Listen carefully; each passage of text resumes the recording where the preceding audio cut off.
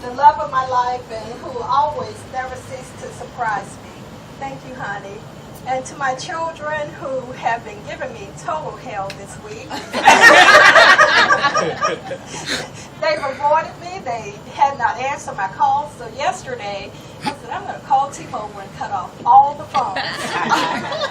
But I want to say that you all are a blessing to me. I love you, and I thank you for being there with me. And I know that we have opened our doors to so many, but when we open our doors, they're just as welcoming as I am.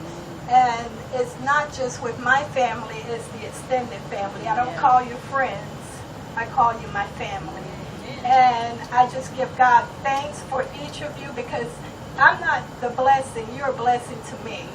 And some days when I wake up, many days when I wake up, I just say, hello, God. And whatever you have in store for me and whoever you have in my path, I pray that when I go, that whatever you have me to do, that you will, God has equipped me.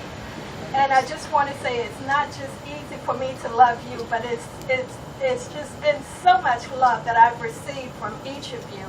And my sisters who have raised me to be who I am. Maddie, who has shared her wisdom and given me footsteps to follow in, and Ruby, who is just a loving support for our family. I don't care whatever the need is. If there's a need that arises, Ruby is the first to get on the phone and say, let's feed them, let's house them, let's clothe them, let's do whatever. And my sister, Sunita, who is always, no matter what trials we have gone through, she has been the pillar of strength with the word, and she's just saying, whatever you're going through, always trust God. And not just when she says trust God, she backs it up with the scripture, and she's such an inspiration to me. And I just want to say thank you to each of you.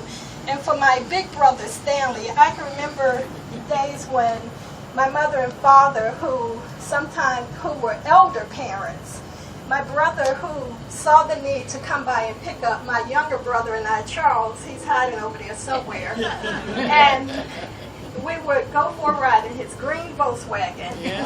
Hated the car, but I loved my brother, no matter how I got an opportunity to spend with him, because he always shed just love to us. And when we get in the car, one song he always sang, My Sherry Amore. And he always sang to us, and he taught us how to smile and how to just share love. And he always was willing to just share himself with us. And I just want to say thank you. And those are memories that I have. And with my big brother, Joe, I remember when we were on 1213 B Street, it was my big brother. It was my mother, my father, and my youngest brother, Charles. This man came into the house, and it had been us for years.